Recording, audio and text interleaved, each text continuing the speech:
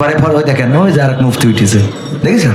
ওই যে মুফতি সাহেব যা উঠবে খেয়াল করে দেখবেন, এরা মুফতি, মুহাদ্দিস, মাওলানা, মুহাক্কিক, ওরা আল্লাহর ওলি, ওদের জান্নাত। আপনারা এসে বসেন কেন মাহফিল? ওরা আবার ওয়াজ করে বেড়ায় যে মাহফিলি বসলি সুয়াব বরকত, আবার উরাই বসে না, তা মানুষ আমল করবে কি চায়? কথা কয় না। প্রমাণ নেবেন, এই জাতীয় লোকগুলো এদেরকে সামনেই দাঁড়াতে দেবেন না। বসবে বড় বড় বাইরে ওয়াজ করে বেড়াবে।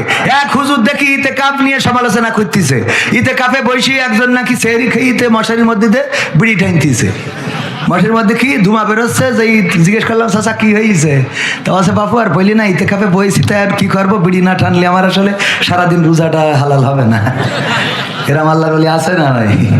তো এখন মানে ইমাম সাহেব কত এর বরকতের কথা, হ্যাঁ ইতিকাফ ইতিকাফ। আমি আজ পর্যন্ত খুব কমই ইমাম দেখেছি যে ইমামগুলো নিজেরা ইতিকাফে বসে, আমি খুবই কম দেখেছি।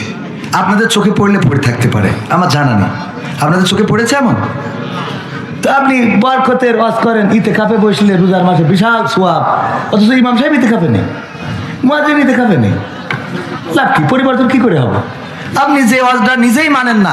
আমার আল্লাহ বললেন ইয়া আইয়ুহাল্লাযীনা আমানু লিমা তাকুলুনা মা লা তাফআলুন। এমন কথা তোমরা বলো না যা তোমরা কাজে পরিণত করো না। আর এই কাজে পরিণত না করার অর্থটা যদি প্রমাণ নিতে চান, আমাদের ওবায়দুল কাদেরের দেখেন, সে বলল পালাবো না, বলেছে না বলে নাই? এই কথা বললে আবার পালাই গেল, যার কারণে শেখ হাসিনা বিপদে পড়েছে। কথা ঠিক না বেঠিক? যদি সে পালাবো না বলে রাজপথে দাঁড়ায় থাকতো, তাও তো অন্তত কিছুটা হলেও শেখ হাসিনা একটা সাহস পেতো যে না, তারা এখনো রাজপথে। শামীম ওসমান বললো যে খেলা হবে, ঠিক না বেঠিক? বললিতে সে আবার চলি যে এখন আবার বিদেশ থেকে বলছে নেতৃত্ব সে দোষ, তার দেখেছেন আপনারা? এখন আবার উল্টো ওয়াজ করতেছে। তাহলে এই যে তার মানে নিজেদের মধ্যেই আমল নাই, যার জন্য আমাদের ছাত্রলীগ যুবলীগ মাইন্ড করেন না। তারা বললো যে আমরা যদি, এখনো ভিডিও আছে আপনারা চাইলে দেখাই দিতে পারবো, যে আমরা যদি মুইতে দিই বানের পানির মতো ভেসে যাবো, বলিস না বলে না? তাহলে এত বড় বড় কথা। আমি বললাম বানের পানির দরকার নেই, আমাদের এই ইরি ধানের ক্ষেত, তুই একটু স্যালো মেশিনের গুড়ায় কারেন্ট যখন না থাকে একটু মধ্যদিনই ডেরেন দিয়ে পানি আসুক দেখে, মেশিনে কত পানি আছে, কথা কয় না।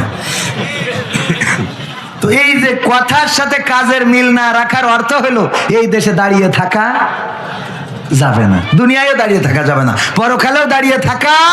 আল্লাহ বললেন কাবুরা মাকতান ইনদাল্লাহি আন তাকুলু মা লা তাফআলুন। আল্লাহ বললেন ওগো আমার বান্দারা, এটা আমার কাছে অত্যন্ত অপছন্দের, অত্যন্ত ঘৃণার, ক্রোধের, রাগের, যে তোমরা মুখে যা বলো কাজে তা পরিণত করো। তো আল্লাহর ঘৃণার, আল্লাহর রাগের, ক্রোধের এই কাজটা কেন করব আমরা? আমি বলি আমি করি না, তাইলে কোনো লাভ হইল? কথা কয় না। আমাদের নিজেদের মধ্যে পরিবর্তন নাই, আর একজনের নিয়ে পড়ি থাকি, কাটি। ওরে বাবা হুজুরের দাড়ি খাটো, তা খাটো, তোরটা বড়, আলহামদুলিল্লাহ ভালো, আমার থেকে ভালো আমলদার, তো অসুবিধা কি? হুজুরের দাড়ি খাটো, তোর সমস্যা কি? নিজেরটা বড় করি চাও ভালো, আরো 14 গোষ্ঠীর করো দেখি, কথা কয় না। আমাদের কাজ হইল ঘুতায় না, নিজেরা পরিবর্তন হইলে সমাজটা সুন্দর হয়ে যাবে। এখানে যে লোকগুলো উঠলেন আমি নিজেই খেয়াল করেছি যে লোকগুলো, অথচ সাধারণ মানুষগুলো দেখেন চুপচাপ বসে থাকে। আহা, এই সাধারণ মানুষগুলো হলো জান্নাতি মানুষ, বলেন সুবহানাল্লাহ। আমি কিন্তু আমাকে অপরাধী করেই বলছি যে আমাদের মতো আমাকে দিয়েও হয়তো আল্লাহ মাফ করুন, আল্লাহ যেন ক্ষমা করেন। মাঝে মাঝে অনেকেই বলে, আজকে আমার মাদ্রাসায়, আমি যেখানে পড়াশোনা করছি পাল্লা মুকামতলা দাখিল মাদ্রাসায়, আমার সুপারিনটেন্ডেন্ট ডেকেছিলেন রোজার পরে মাহফিল দিতে হবে। তো আমার দায়িত্ব এবং আমাদের প্রাক্তন ছাত্রদের দায়িত্ব দিয়েছে বক্তার দায়িত্ব। তো আমাকে বলতেছে যে তুমি যে এইভাবে মাহফিল করি টাকা পয়সা নাও, পরকালে কি জবাব দিবা, জিজ্ঞেস করি বসিছে। তো আমি বললাম হুজুর আমার তো আসলে অ্যান্সার কি দেব, বড় বড় হুজুর যারা, এই যে ধরেন আমির হামজা, আব্দুল আলামিন, মামুনুল হক, আজহারি, তারপরে অনেক অনেক বড় হুজুর, ওরাও নেচছে। তো আল্লাহ যদি ওকে ধরিয়ে নিয়ে যায় জাহান্নামে, তা আমার আগের থেকে এই বসে থাকা ছাড়া রাস্তা নেই। আর কোনো রাস্তা আছে? এই লোকগুলোরে যদি আল্লাহ কোনোভাবে আটকায়, তা আমার টেনশন ছাড়াই নিজেই দৌড় দিতে হবে যে আর কোনো কথা বলার সুযোগ নেই, আমি আগে যাই বসে থাকি, তাছাড়া তো রাস্তা নেই। কিন্তু আল্লাহ যদি ক্ষমা করেন, আসলে বিষয়টা হলো টাকা পয়সারও বিষয় নিয়ে আলেম ওলামা বলেছে, ও বিষয় নিয়ে আমি বলতে চাই না, ওরা বড় বড় মুফতি মুহাদ্দিস আছে, ওনারা বলবেন। আমি আপনাদের যেটা বলতে চাই, আমরা সাধারণ মানুষ, আমি সাধারণ, আপনারাও সাধারণ। আসেন দু একটা কথা শুনি যেইগুলো আমাদের দুনিয়া এবং আখেরাতের কাজে লাগে।